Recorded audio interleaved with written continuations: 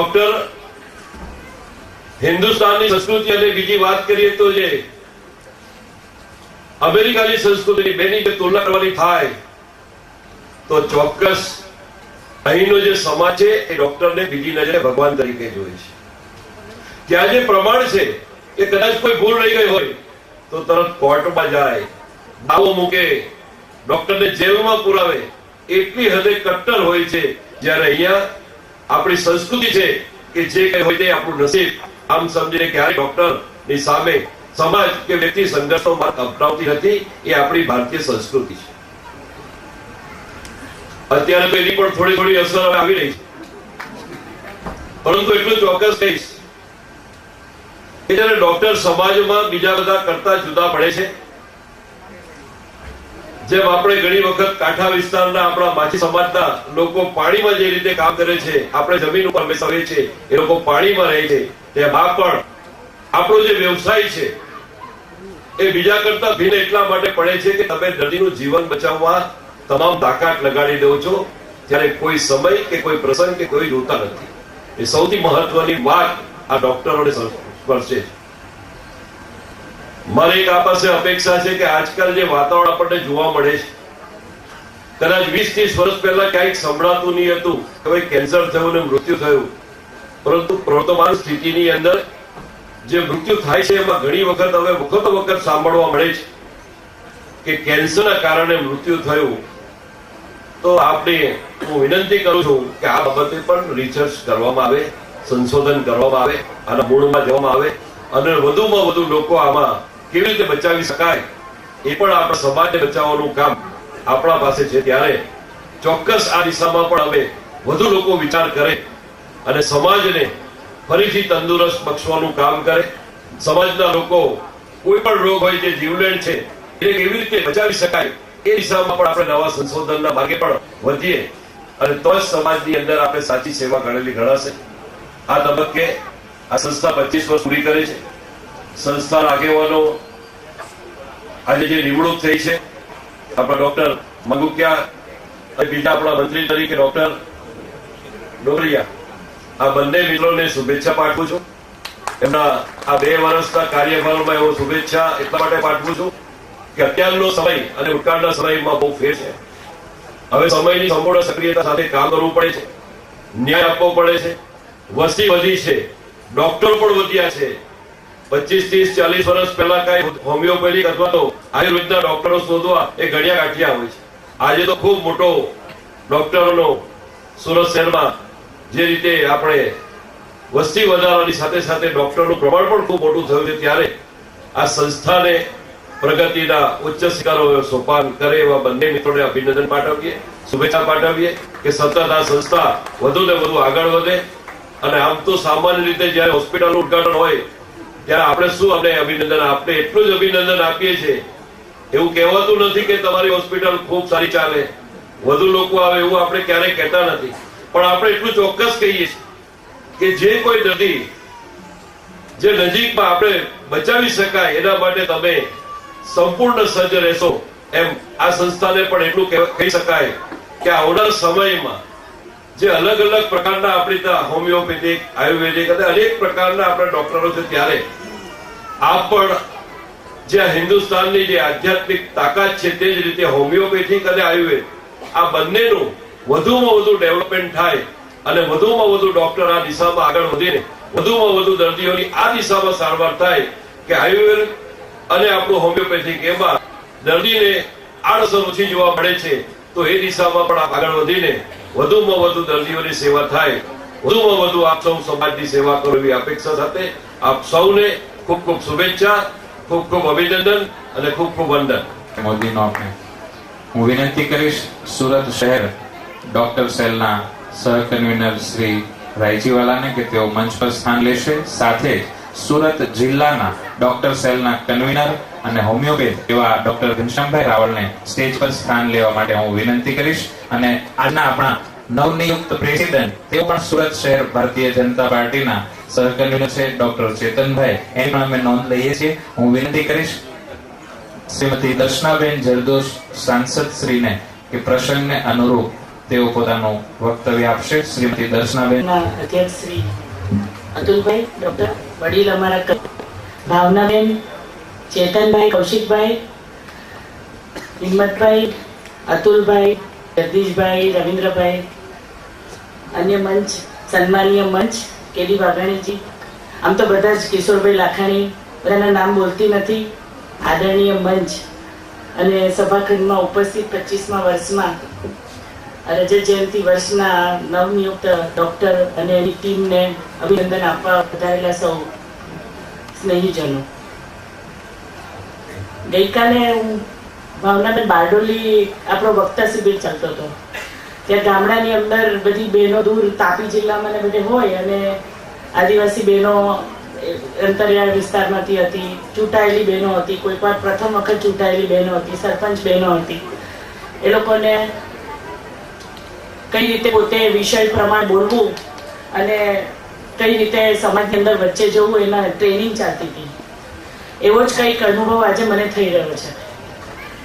કયા વિષય પર બોલવું અને રાજકારણની અંદર આવ્યા પછી હોમિયોપેથિકની સાથે સંકળાયેલા તમામ તબીબોને આવો સિયાભાઈ. સાંસદ નવસારી સુરત માન્ય શ્રી. ખબર હોય પણ હોમિયોપેથિકની અંદર જે પ્રબુદ્ધ નાગરિકો કહેવાય એ લોકોની સાથે શું વાત કરવી. હું હિંમતભાઈ સાથે પણ વાત કરતી હતી કે કયા કયા ડોક્ટરો છે, હોમિયોપેથિક સાથે છે કે એલોપેથી છે, બધી જનરલ વાત કરતી હતી. ભાવનાબેનને પણ પૂછતી હતી કે શું કાર્યક્રમ છે, કારણ કે ઘણી વાર આખા દિવસના કાર્યક્રમમાં કયા કાર્યક્રમમાં જવાનું છે અને એનો શું હાર્દ છે ખબર નહીં હોય. પણ બે અનુભવ તમારી સાથે હું એટલા માટે શેર કરીશ કે પરમ દિવસથી સંસદનું નવું સત્ર ચાલુ થવાનું છે. આપણા ભાવનાબેન તો કેન્દ્રીય મંત્રી રહી ચૂક્યા છે અને રાજકારણ સાથે ઘણી બધી વ્યક્તિઓ સંકળાયેલી છે કે લોકોને ના ખબર હોય, ખબર હોય પણ તમને બધાને ના ખબર હોય કે ત્યાં પ્રશ્ન પૂછવાના હોય અને કઈ વાતો કરવાની હોય તો કેટલું અઘરું છે. એટલે લગભગ 3 વર્ષથી હું ત્યાં છું. તેમાં ગયા વખતની ટર્મ પડતી હતી ત્યારે મારો એક જેને ક્વેશ્ચન આન્સર કહેવાય 20 ક્વેશ્ચન આન્સરની અંદરનો બીજો જ ક્વેશ્ચન લાગ્યો હતો. એટલે 100% પૂછાય જ અને એનો જવાબ આપવાનો હોય અને એ પ્રશ્ન મારો મેડિકલને લગતો હતો. પ્રશ્ન આવે એના 8 દિવસ પહેલા ખબર પડે કે સામાન્ય રીતે એની તૈયારીઓ કરવાની હોય ત્યારે જ મને વિષયની અંદર ઊંડા ઉતરવાની જરૂર પડી. અને અમારા સાથી સાંસદ છે કિરભાઈ, એની સાથે વાતચીત દ્વારા ખબર પડી. મેં પૂછ્યું, મને કીધું બેન આ સવાલ એવો છે તમે પૂછ્યો છે, તમે કોઈના ગાઈડન્સથી પૂછ્યો છે કે જે કઈ લોકોએ તમને સજેશન આપ્યું છે, પણ તમારે થોડોક અભ્યાસ કરી લેજો કારણ કે સામે બીજો પહેલો પ્રશ્ન મારો હતો એટલે બીજો પ્રશ્ન પૂરક પૂછવાનો પણ વખત આવશે. અને ખૂબ આનંદ સાથે મારે કહેવું પડે કે સામે સ્વાસ્થ્ય મંત્રી ગુલામ નબી આઝાદે એના પોતાના વક્તવ્યમાં 3 વાર એવું કહેવું પડ્યું કે બેન તમે આ પ્રશ્ન પૂછો એટલે અમને અપગ્રેડ થવાની તક મળી. એટલે દેશનું રાજકારણ કઈ દિશામાં ચાલે છે અથવા કયું તંત્ર ચાલે છે. મેં એક સામાન્ય પ્રશ્ન પૂછેલો કે તમારા મેડિકલ એસોસિએશનની અંદર ઓલ ઓવર ઇન્ડિયાનું કોઈ રજીસ્ટર્ડ થયેલું નામાવલી કે લિસ્ટ છે અને એનો જવાબ નામાં હતો. આપણે ત્યાં તો આટલી એક નાની સંસ્થા છે છતાં તમે 25 વર્ષથી કાર્ય કરો છો, એનું રજીસ્ટર્ડ થયેલું છે. હિંમતભાઈને પણ પૂછ્યું કે થોડા વખતે અપગ્રેડ થાવ કે નહીં. આ સવાલ મેં ત્યાં બીજો પૂરક પ્રશ્ન તરીકે પૂછ્યો કે સમગ્ર દેશની અંદર જે ડોક્ટર પોતાના વ્યવસાયમાં હોય છે તે પછી પોતે જાતે અમુક વખત પછી એક્ઝામ આપીને પોતાની જાતને અપગ્રેડ કરે છે કારણ કે આપણે શિક્ષકો પાસે અપેક્ષા રાખતા હોય. દરેક વ્યવસાયની અંદર સિસ્ટમ હોય જ છે.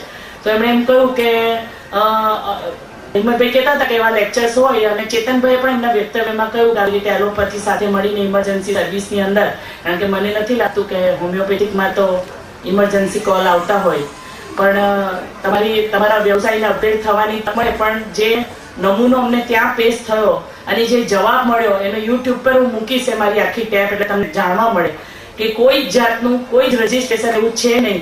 એના પ્રમાણમાં તમે 25 વર્ષથી સંસ્થા ચલાવો છો, ખૂબ સરસ રીતે ચલાવો છો, ઇલેક્શન પણ થતું નથી અને સરસ ટીમ આટલી એક સંસ્થાને વટવૃક્ષ જેવી બનાવી છે.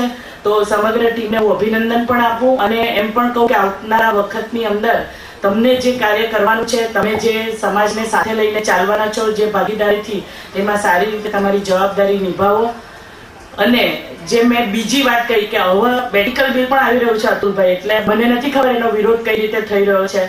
તમારા કોઈ એવા અભ્યાસના સૂચનો હોય તો ચોક્કસ આપજો કે જેથી સત્ર ચાલુ થતા પહેલા અમે ઓન બિહાફ ઓફ ડોક્ટર અથવા કોઈ પણ કેટેગરીના કોઈ સવાલ જેના રાજ્ય સરકાર કરતા કેન્દ્ર સરકાર સામે પડતર પ્રશ્ન હોય અને એમનો જવાબની અપેક્ષા રાખતા હોય તો અમે ફોલો કરી શકીએ.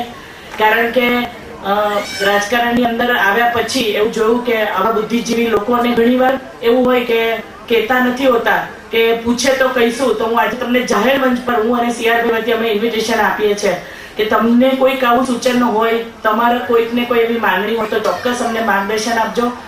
કારણ કે સવારથી સાંજના આ રાજકીય જીવનની અંદર સૌથી વધારે મદદ લેવા માટે કોઈ આવતા હોય, જો 2 જ કામ અમારે કરવાના હોય તો એ કામની અંદર આવી આર્થિક સહાય મેડિકલને લગતી લેવા માટે આવતા હોય. કારણ કે એમાં એ લોકોને ખબર પણ નથી હોતી ઘણા લોકોને કે ફક્ત કેન્સર, લીવર અને હાર્ટ ના ઓપરેશન થતા પહેલા જ એમાંથી તમને PM ફંડ અને CM ફંડમાંથી અમે તમને મદદ કરી શકીએ છીએ.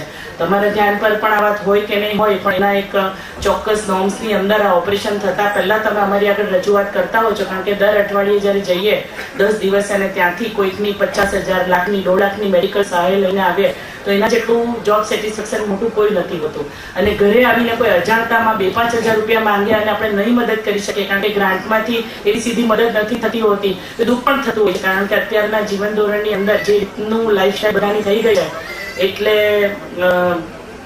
એની અંદર જે કઈ આર્થિક જે તકલીફો માંગીને આવે છે અને એની સહાય લેવા માટે આવે છે, એક એડમિશન અને એક હેલ્થ, આ સહાયની અંદર ઘણા લોકોને તકલીફ હોય છે.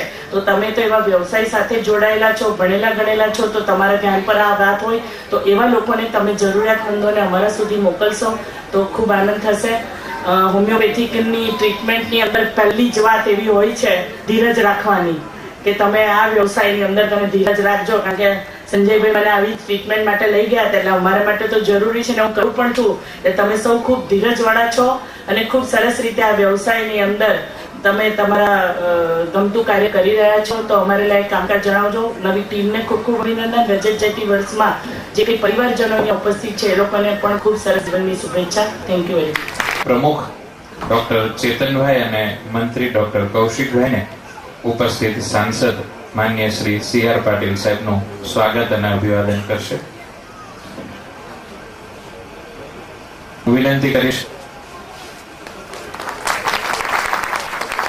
સાથે સાથે સમગ્ર ટીમને ઇન્સ્ટોલેશનમાં પ્રમુખ અને મંત્રી બાદ હું વિનંતી કરીશ Sukhanandi joint secretary, doctor Jayendra Singh Piluria joint secretary, doctor Ramesh Singh IPP, doctor Devnath Dharmik IPS. एक मिनट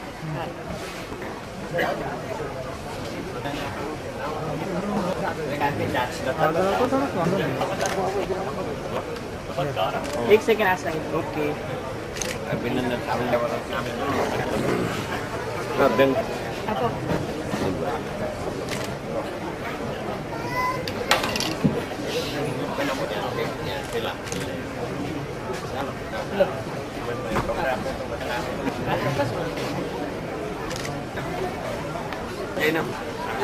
હું વિનંતી કરીશ માનનીય CR પાટીલ સાહેબને એમનું પ્રાસંગિક પ્રવચન આપવા માટે. બાકીના માનનીય CR પાટીલ સાહેબ. સંસદીય મત વિસ્તારના આદરણીય સાંસદ, મારા સાથી શ્રીમતી દર્શનાબેન નિર્દોષ, અમારા વડીલ માજી સાંસદ, માજી મંત્રી શ્રીમતી ભાવનાબેન શેખલિયા, ડોક્ટર આદરણીય અતુલભાઈ અભેતો સાહેબ, આદરણીય ડોક્ટર કનુભાઈ માવાણી સાહેબ, શ્રી ડોક્ટર હિંમતભાઈ, શ્રી ડોક્ટર ચેતનભાઈ, શ્રી કૌશિકભાઈ, અમારા ભારતીય જનતા પાર્ટી સુરત શહેરના મહામંત્રી શ્રી વિવેકભાઈ, નામ બધાને ખબર નથી, અતુલભાઈ, આદરણીય ડાયસ, અહીં ઉપસ્થિત સર્વે ભાઈઓ અને બહેનો. ઉપર બેન બહેનો છે, બોલો પછી ક્યાંથી બહેનોને 30% આપવાનું? દેશ તંદુરસ્ત થાય એટલા માટે નહીં. સાચું છે ને? મિત્રોમાં દર્શનાબેન પોતાના અનુભવની વાત કરતા હતા. ડોક્ટર સમાજની ચિંતા કરે પણ ડોક્ટરની ચિંતા કરવી પડે એવી સ્થિતિ આપણે જોઈ છે, અનુભવી પણ છે.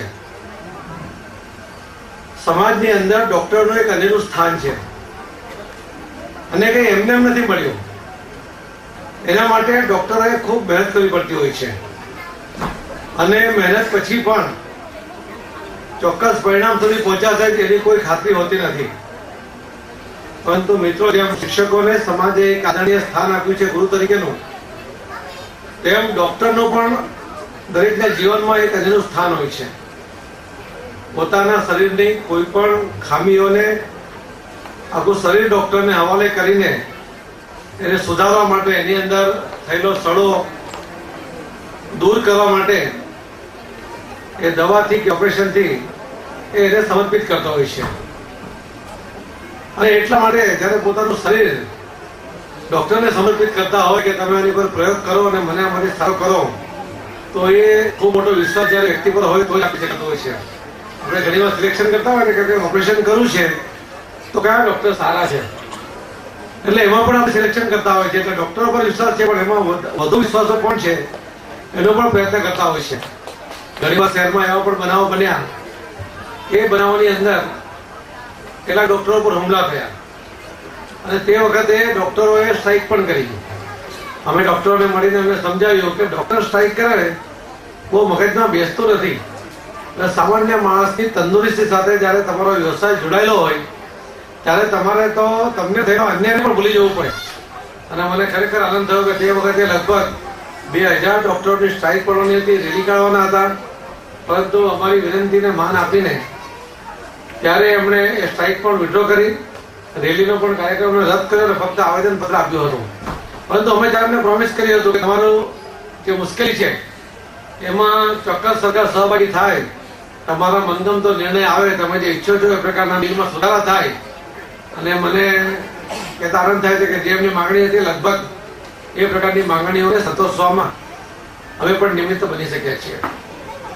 દર્શનાબેને બહુ વિગતવાર વાત કરી કે બિલની અંદરની જોગવાઈઓ નોન મેડિકલ વ્યક્તિઓને કારણે કદાચ ખબર નથી, એમાં એટલી બધી ટેકનિકલ ગૂંચ હોય છે કે કદાચ પૂછતા પણ ગૂંચવાઈ જાય, એના શબ્દો પણ એટલા અઘરા હોય છે કે કદાચ એ બોલતા પણ ઉચ્ચારણમાં પણ ભૂલ થઈ જાય ને અર્થમાં અલગ થઈ શકે. પરંતુ મિત્રો, અમે પણ લોકો પાસેથી શીખીએ.